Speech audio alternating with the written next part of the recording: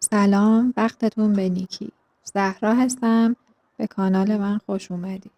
امروز قراره با هم جلد یه دفترچه یادداشت درست کنیم. با نام و یاد بزرگترین نقاش هستی ویدیو امروز رو شروع میکنیم. داستان امروز از اونجایی شروع شد که من تصمیم گرفتم برای تولد یکی از دوستام یه دفترچه یادداشت خاص بهش هدیه بدم. برای همینم راهی باغ کتاب شدم تا توی لاین دفترچه یادداشت‌ها یه دفترچه خاص پیدا کنم. تو لاین دفترچه یادداشت‌ها با انواع طرح‌ها و نقش‌های دفترچه‌ها روبرو شدم. یه فکری به ذهنم رسید، اینکه خودم روی پارچه طرح دلخواهم رو نقاشی کنم و یه جلد دفتر خودم درست کنم. برای همینم رفتم سراغ دفترچه‌های ساده اما با جلد مقوایی محکم. یه دفترچه خریدم تا خودم یه جلد براش درست کنم. برای کارم احتیاج به پارچه متقال داشتم. برای همینم رفتم بازار پارچه فروشا برای خرید پارچه متقال.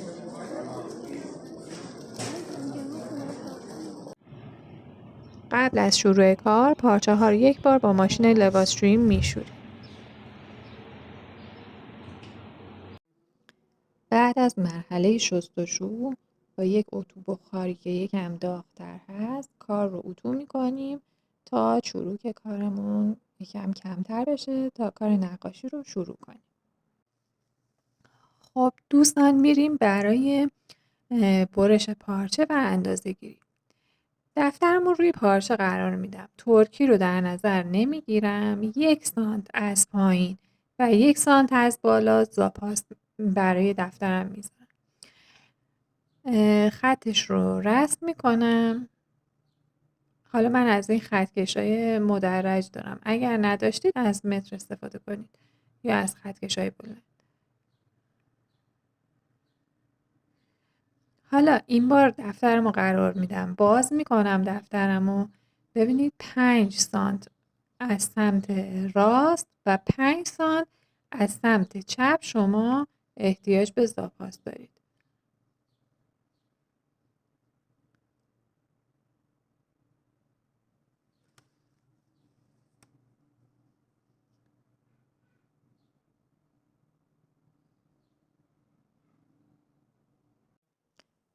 خب تو این مرحله دور تا دور کارم رو قیچی میکنم. قیچی من دالبر هست، ولی شما اگه قیچی دالبر هم نداشتید با قیچی معمولی دور کارتون رو از روی خطوطی که ایجاد کردید قیچی کنید.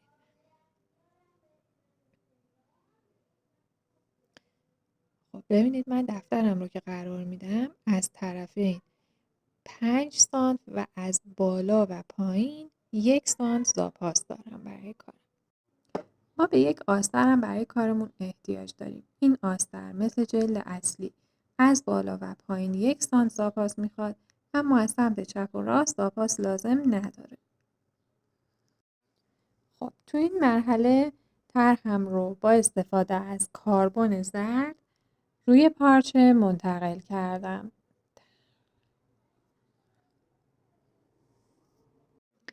آقای نونوایی بود که یه نونوایی پر رونقی داشت.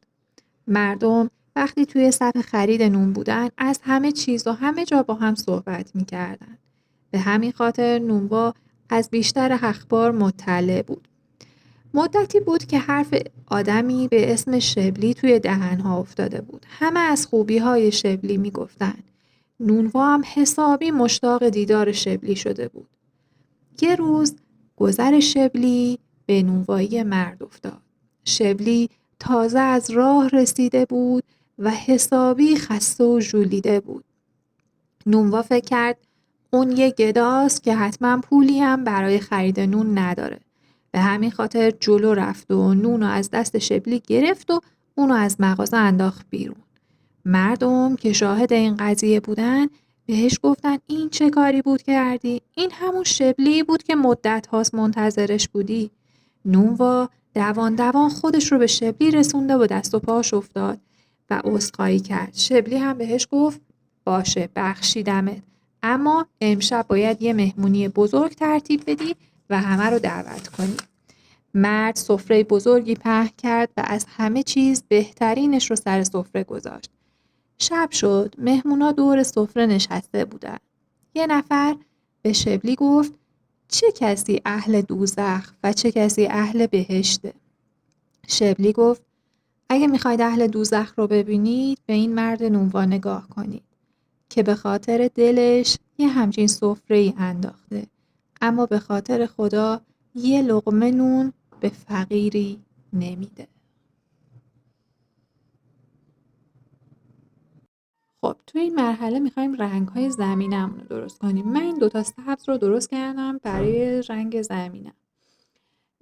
زمینه کار رو هم میخوام آبرنگی کار کنم. یه دونش رو با این سبز پاستیلی مقدار مساوی رنگ سبز زیتونی و یه مقداری هم سفید قاطیش میکنیم تا یکی از رنگامون رو درست کنیم.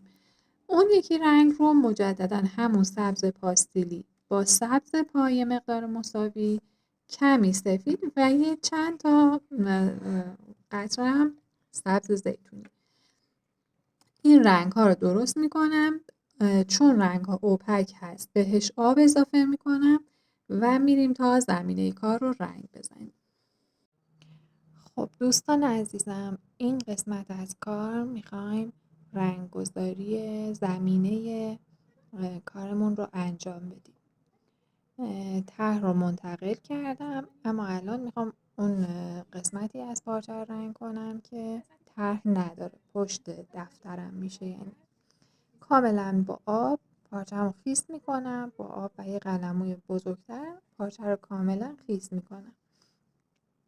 رنگ های من هم که رنگ های غلیظ هستن یا به اصطلاح رنگ های اوپک هستن و من آب باهاش قاطی کردم و رنگ ها رو رقیق کردم. شما اگر خواستید میتونید از رنگ های رقیق استفاده کنید و دیگه خب بهشون آب اضافه نکنید. وقتی پارچه‌ام کاملا خیس شد، هم بار که با قلمو خیس کردم کاملا پارچه‌مو، میام رنگ رو روش میذارم. من 2 تا رنگ درست کردم، اون 2 تا رنگ رو منتقل میکنم روی پارچه.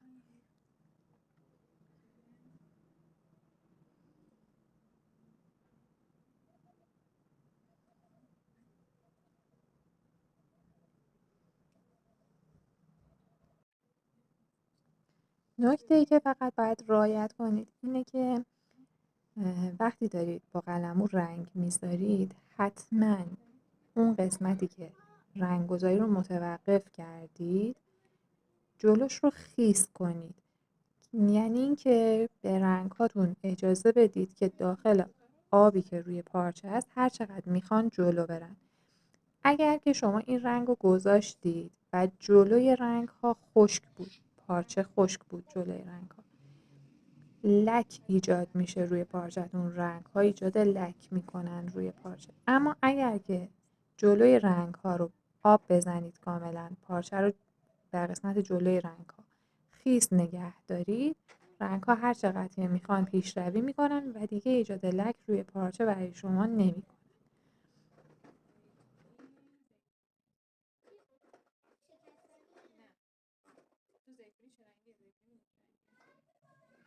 من وسط کار یه لحظه دوربین رو برگردوندم، دخترم رو بهتون نشون بدم که یه 2 تا از قوطی‌های رنگ منو برداشته با یه پارچه و مشغول نقاشی کشیدنه برای خودش.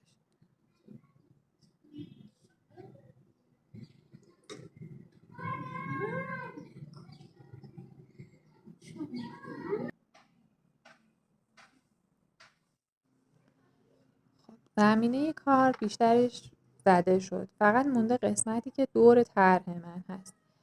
ببینید من از پارچه‌ای استفاده کردم که پخش رنگ زیادی نداره، خیلی نگران کننده نیستش که الان رنگ‌ها وارد طرح میشن. اما بعضی از پارچه‌ها که پخش رنگ زیادی دارن، شما باید این مرحله رو که میخواید دور طرحتون رو رنگ گذاری کنید خیلی با احتیاط انجام بدید و عملا اصلا به طرح خیلی نزدیک نشید و با یه قلموی خشک یک مقدار رنگا رو هدایت کنید فقط.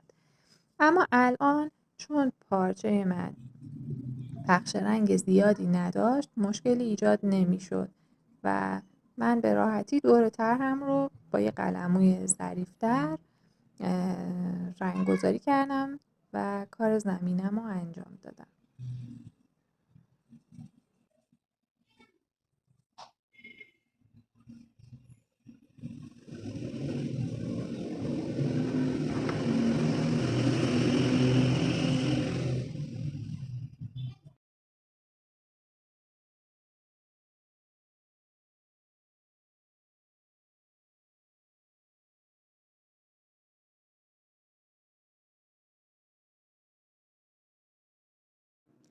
بقیه مراحل کار رو توی ویدیوی بعدی براتون میذارم. ممنون از اینکه همراه من هستید.